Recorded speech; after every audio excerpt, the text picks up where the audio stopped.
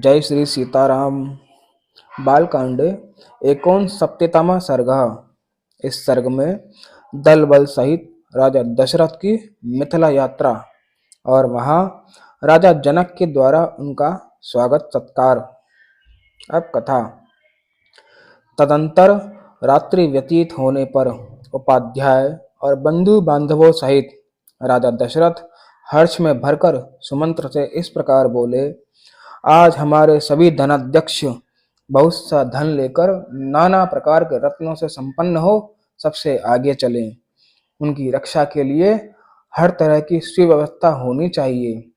सारी चतुरंगनी सेना भी यहाँ से शीघ्र ही कूच कर दे।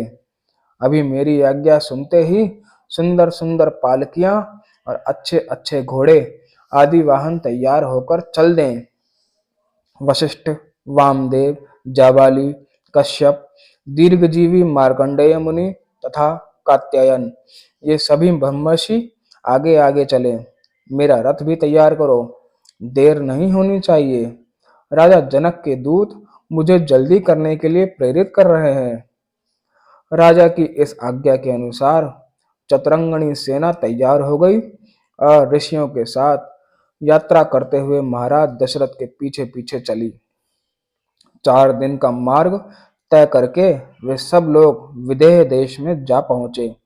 उनके आगमन का समाचार सुनकर श्रीमान राजा जनक ने स्वागत सत्कार की तैयारी की। तत्पश्चात आनंद मग्न हुए राजा जनक बूढ़े महाराज दशरथ के पास पहुंचे। उनसे मिलकर उन्हें बड़ा हर्ष हुआ। राजाओं में श्रेष्ठ मिथिला नरेश ने आनंद मग्न हुए पुरुष प्रवर राजा दशरथ से कहा, नर श्रेष्ठ रघुनंदन, आपका स्वागत है। मेरे बड़े भाग्य जो आप यहाँ पधारे। आप यहाँ अपने दोनों पुत्रों की प्रीति प्राप्त करेंगे जो उन्होंने अपने पराक्रम से जीत कर पाई है।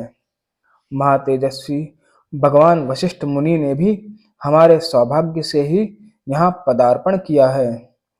ये इन सभी श्रेष्ठ ब्राह्मणों के साथ वैसी ही शोभा पा रहे हैं जैसे देवताओं के साथ इंद्र सुशोभित होते हैं। सौभाग्य से मेरी सारी विघ्न बाधाएं पराजित हो गईं। रघुकुल के महापुरुष महान बल से संपन्न और पराक्रम में सबसे श्रेष्ठ होते हैं। इस कुल के साथ संबंध होने के कारण आज मेरे कुल का सम्मान बढ़ गया। नरश्रेष्ठ नरेंद्र, कल सवेरे इन सभी महर्षियों के साथ उपस्थित हो मेरे यज्ञ की समाप्ति के बाद आप श्री राम के विवाह का शुभ कार्य संपन्न करें।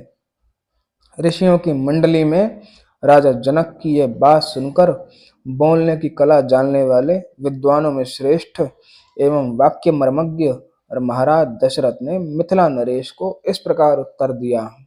धर्मज्ञ, मैंने पहले से ये सुन रखा है कि प्रतिग्रह दाता के अधीन होता है, अतः आप जैसा कहेंगे हम वैसा ही करेंगे।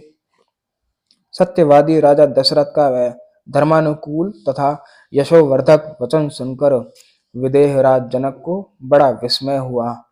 तदंतर सभी महर्षि एक दूसरे से मिलकर बहुत प्रसन्न हुए और सबने बड़े सुख से वह रात बिताई। इधर महातेजस्वी श्री राम विश्वामित्र जी को आगे करके लक्ष्मण के साथ पिताजी के पास गए और उनके चरणों का स्पर्श किया। राजा दशरथ ने भी जनक के द्वारा आदर सत्कार पाकर बड़ी प्रसन्नता का अनुभव किया तथा अपने दोनों रघुकुल रत्न पुत्रों को सकुशल देखकर उन्हें अपार हर्ष हुआ। वे रात में बड़े सुख से वहां रहे। महातेजस्वी तत्वज्ञ राजा जनक ने भी धर्म के अनुसार यज्ञ कार्य संपन्न किया तथा अपनी दोनों कन्याओं के लिए मंगलाचार का संपादन करके सुख से वह रात्रि व्यतीत की। इस प्रकार श्री वाल्मीकि निर्मित आर्ष रामायण आदि काव्य के बालकांड में 69वां सर्ग पूरा हुआ। धन्यवाद।